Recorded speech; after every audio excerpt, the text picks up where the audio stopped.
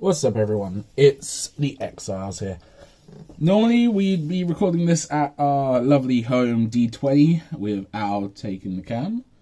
But instead, due to the ongoing COVID-19 pandemic, I myself, Jordan, am going to run you through a deck profile. This one is for Orcust. This is for the June 2020 ban list. More the June 2020 unban list. And it's something I've tried to work on for the last couple of months. I don't know if it really holds up to the current meta, stuff like Eldritch and Adamancipator. But it's still a fun deck to mess about with. I'll take you through what my card choices and also some other little things that you can do to make the deck a bit more budget friendly or maybe even more competitive if you want. So we'll start off with the main deck. And we'll start off with the newest card in the Orcust lineup, Girsu. Girsu has a couple of neat effects, including sending an Orcust or World Legacy card from deck to graveyard on a normal special summon, becoming a tuner if there's two or more cards in that column except itself, and also being able to place World Legacy tokens on either side of the field if it's the only monster on your side of the field. So it can very easily go into Galatea. You need to run 3, in my opinion. As for the rest of the Orcust monsters, you run... Well, I run 2 Orcust Nightmare. You can bump this up to 3 if you want. Orcust Nightmare, obviously your combo starter. You need it in the grave to then target another monster on the field. Send a monster. It gains 100 attack per level of that monster as well, so sometimes that can be very helpful. But you are locked into darks, and obviously, I mean, you should all know this by now. That's the deal with the rest of the Orcust monsters. I personally run 2 Symbol Skeleton. It's your graveyard recursion. It gets things out of the graveyard. I like getting things out of the graveyard a lot more than anything else in this deck, so 2 Skelly. To run off the rest of your stuff, you need to want to run the 1 Brass Bombard. It's a needle fiber target, so you can go into it through that. If you start with 2 Orcust monsters on the field, you can normal summon the Brass Bombard, turn that into a Linkaribo. It comes up every now and then. The 1 World Wand, I only run 1. You can bump that up to 2 and cut the Skelly to 1.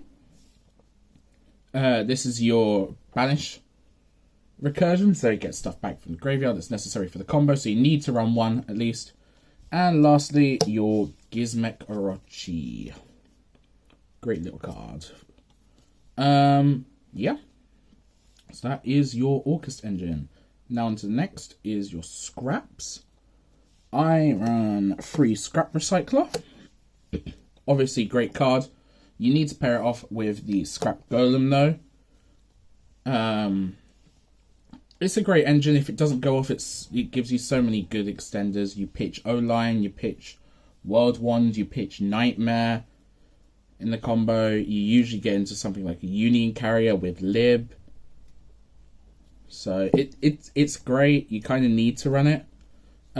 What else you also need to run this format is hand traps. So, personally, my hand traps of the format are 3 Ash and 3 Moonlit. You can switch the Moonlit for Effect Veiler. I kind of prefer the Moonlits mostly down to stuff like being able to burn. Comes up quite nicely, especially with something like Access Code Dingirsu only getting you 7,900 attack. So the extra burn from Moonlit actually does come up very often. Lastly, you do need to run some tuners, some bricks, quote-unquote bricks. So we run, obviously, the 1 O-Lion as a needle fiber target. This is a synchro build, unfortunately. So we are running 3 Jet Synchron. Obviously, it just starts combos. It's amazing. And lastly, the 1 Dragon Buster Destruction Sword. This is your Union carrier target for locking people out of the extra deck. So that's all of the monsters. Onto spells. We run 2 tuning. Obviously, your access for Jet Synchron. This is a 40 card deck, so I only ran 2. Otherwise, I would sort of... I'd instantly bump this up to 3, to be honest. 1 Upstart Goblin. 39 card deck. And then you also need to run Foolish Burial, Monster Reborn, and World Legacy Succession. You can cut this out if you don't run the lib, but I do run the lib because of the scrap engine. Amazing. Onto other stuff. Free Called by the Grave. You want your combo to go through, especially the scrap engine. And then onto the Orcust stuff. 1 Babel, 2 Return, and the 1 Crescendo. You need targets for the Galatea. You need the Babel and the Crescendo. Return is optional, but you need the draw power. I ran 1 for a very long time. 1 was great, because when you need it, you search it, but it's a lot nicer to get it in your hand and pitch an Orcust monster than have to search it and hope that you run into the Babel or the Crescendo instead. And lastly, because you need to run hand traps this format, 3 Imperm. Great card. What else can I say about it? That is your main deck, 40 cards. Now, onto the extra deck, 15, obviously. Onto the Orcust monsters, firstly. 2 Galatea and a Longirsu. Some people might argue that you should just play 3 Galatea. I disagree. Longirsu is a great card. You kind of need to run it. The removal of linked monsters by sending outside of Dingirsu, it comes up sometimes and you need it. Simple as. And obviously 2 Dingirsu, your boss monster. Great card. Everyone should know what it does already. Yeah, like... what else can I say about it? Onto the Synchro side of the engine. Linkaribo, that's for your Brass Bombard and your Jet Synchron. Huggy Fibrax. Obviously Combo Starter. Link Cross to get you your tokens. Now, one thing you can do here, and this is definitely something that I differ, is I currently run the Formula Synchron and a Union Carrier. You can switch this up for an Auroradon and a Boral Savage Dragon, Borrowed Savage. I do prefer the draw more, just because, you know, being able to draw into a hand trap is quite nice. But if you do prefer for setting up an Omni Negate, then obviously Borrowed Savage is your guy. If you do that, then you will need to switch out the Union Carrier for the Auroradon. At that point, you switch out the Buster Dragon, Dragon Buster even in the main deck for a 3rd tuning. Then I also run stuff for the Scrap Engine, so Scrap Wyvern and the Lib.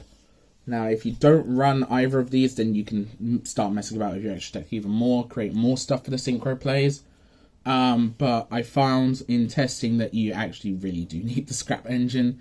Orcust isn't as explosive as it used to be now that Harp Horror is banned. Last 3 cards in the extra deck is IP Masquerena. You obviously still need her for standard Orcust plays when, you know, you don't open the nuts.